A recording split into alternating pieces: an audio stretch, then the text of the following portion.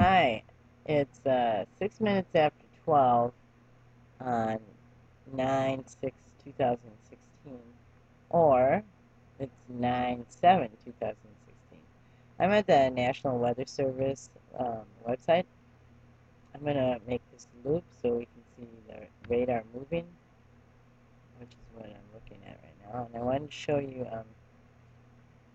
over here, there's a storm coming across right in here, and these two radar very interesting right here and right here. It's like they're controlling the storm to stay down in this area. But if you watch here, there'll be like a moment when it seems to like um, go bump, bump, bump, and like send out some extra strong energy in this direction. And these are interesting looking radar signals up here too. You can see those. So there's a site that we can go and we can look at this. So let's go look. So another one of my favorite spots is College of DuPage. I'm going to go down here to this radar loop from Illinois, which is just a little bit below, but it doesn't show up in here, see? It doesn't go up high enough. But you can see the wind coming down from the storm here all of a sudden. And you can also see the radar just blossom out, and here's the timestamp. Boom! Completely covering the atmosphere and doing other weird things like that. So what I want to do though is look at the radar above this area. What's that? That's interesting. Let's zoom in on that a minute because look at that. It's like a reversed negative energy spot right there. See that? This beam is coming in or out, and then that spot right there, the read is completely different than all around it. So is that looking at a UFO right there? See that right there? Okay, and then we'll go back and we'll look at, see this beam that's coming out right here? Let's go back in. Oh, look at this thing here, right here too. We'll go in, we'll move it over a little, we'll look at that, and then we'll go down to the bottom so we can see the timestamp. Oh, I have to unzoom it for that. Let me bring it closer here for a minute for you to look at one more time, and then I'll unzoom it. That's a weird looking spot in the radar right there. That is weird. Okay, so that's not the main thing I was looking at, but that certainly is interesting. Let's unzoom it, and then we can look at the timestamp here. And you can see it right there. You can also see radar in other areas doing stuff like right here. You know, if you could spend hours if you're interested looking at the weird stuff that shows up on radar besides the weather. Okay, and it looks like something is in there that it's trying to look at, and this radar doesn't quite reach it, so they're using that extra energy to get to it. Okay, so anyway, let's look at, we're going to go back, and oops, I didn't go back that far. So let's go back to the radar on here, and then I'm just doing this so you can see how to do it yourself. And then I can click, there's two ways I can do this, but I'm going to click over on next red sites up here, over here, and then, come on. Then I'm going to go to that one that it looked like that extra burst of energy was coming out of. Let me see if I can lower my screen here a little. Okay, so that's part of it. Then what I do here is I go to 48. The other two are too hard for my computer to take. I don't have that powerful of a computer. And you can experiment for yourself. And the links for everything is going to be below. So when I click on here, this will get this going. And it will show me a certain number of images. And since it's slow, I'm going to stop it for a minute. Okay, now I've got it in. Here's where we are. Duluth, Minnesota. And you can see that weird ropey radar track up above the radar here, and then I'm going to bring it down maybe, possibly. My computer isn't quite, what the heck? Okay, I'll be back in a second. I always think when things like that happen, am I getting hacked? Which is totally feasible since we are all getting hacked all the time. Okay, now, this radar here is doing, it's got this strange beam here, and look at this vertical beam there. But let's watch what it does as the storm's going by. There's like a couple extra, it looks like bursts of energy directed right at the storm. 1, 2. And since it's moving so fast, oh, anytime I move my arrow over to the side, I can see this.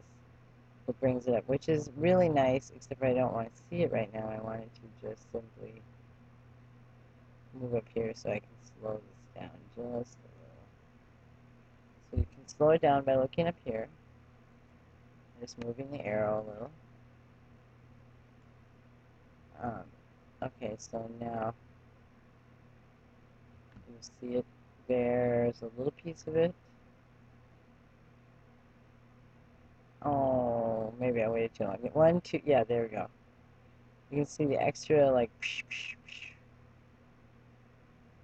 right toward the storm. There. Did you see that pulsating? One more time.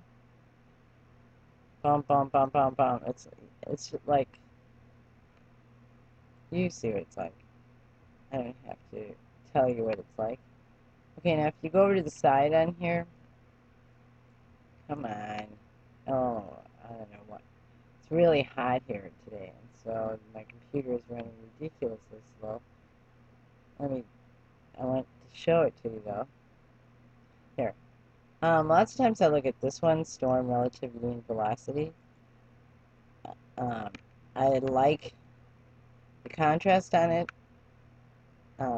They give you information on the site if you want to find out more about what the colors mean. Along with, here's a key right here.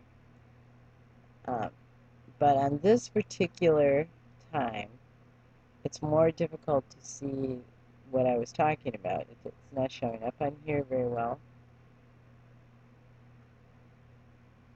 I'm going to stop it for just a moment until it catches up.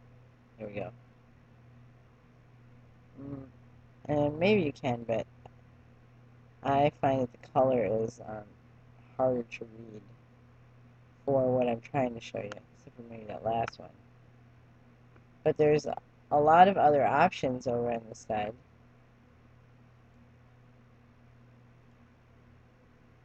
Oh, I am so sorry that this is moving so slow. What I wanted to get to, as soon as it let me get out of here, let's say the differential, well, there you can kind of see. Okay, let me just stop this a minute and let it catch up. Okay, I'm just going to show you this real quick.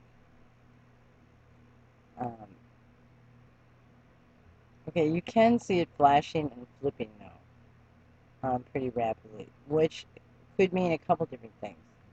What we're told is that it has something to do with the storm itself. I don't think that that's always the case. But what I wanted to lead to is, let me show you on the National Weather Service. Okay, I'm going to go to the smaller version of the National Weather Service radar map. Well, I was planning on going there fast. Okay, here it is. Wow, look at that big circular thing right there. And right there, and right there, and right there. But Um, you know, I frequently wonder why there's such a heavy bloom of radar like this so often at night. What is really going on here? And then I'm going to take you to College of DuPage. Let me just get off this for background. This is just the this is just the weather possibilities of the United States. So on College of DuPage, let's look at the radar loop on there. And you can see, like, most of the eastern part of the United States is covered with radar. There's not a storm happening over here. Here's the storm moving through this area. This is covered with radar. Now, why are they doing that? And if you just think about what radar was originally used for, and it was used in the war to detect enemy. And so radar can be used to detect what people are doing, what things are doing in the air, on the water, on the land, which includes us. And we know that we are being spied on, but it also includes extraterrestrials. Okay, so there is a lot of fear of that or trying to control it um, happening, uh, is what I believe. But also, radar is a certain kind of energy that's emitted into the atmosphere, and people, living things, feel it, and so does the atmosphere itself, which is a living being in a sense, of that it like breathes and that it moves, it reacts to things, and so when there's energy put into it, there's going to be a reaction, which includes changing the weather. So we are being told that this is a great idea to keep us safe, but in a lot of possibilities, it's not keeping us safe at all, either from the weather or from um, our own health because of the energy that's being emitted into the atmosphere. And look at right around here um, that the radar is really low, where there's a lot of military rumors, if you want, of UFO contact. Of course, that isn't the only place. All over the world is where contact has happened. Okay, so let's look at something else. Okay, this is the link to the North American Aerospace Defense Command, or NORAD. I'm not sure how familiar many of you are with this. It's a good, if you're curious about what is happening with the military and space and yourselves, um, they're good to do some investigation. And don't be afraid of things that you read that sound a little weird besides what's on this website. Um, Down here on the bottom, there's an interesting little note. Attention pilots, restricted flying over Anchorage, Alaska, September 8th through 9th. Enjoy the beautiful sights. Don't get intercepted by NORAD jets. Isn't that intriguing? Okay. I also found this link on Hive, Vanity Fair Hive, um, that is about NORAD and 9/11. Um, the link is below. You might want to read this. This is by Michael Browner, and it's written October 17th, 2006. You might find it very interesting, and it has a spicy little commercial added with it also. I've got this link for this book um, below also. In order to read it, it's really easy. You just click on it, and it gets larger, and then you can read it, and you might find something interesting there. I have this link from Ancient Code. This is the Black Knight satellite, an alien spy satellite watching over mankind as a type. So I was looking for a particular author for this, and I cannot find one. Down here, the Black Knight is, there's a picture of it in space. I'm about to have to go. I'm grateful for you, and here are your service.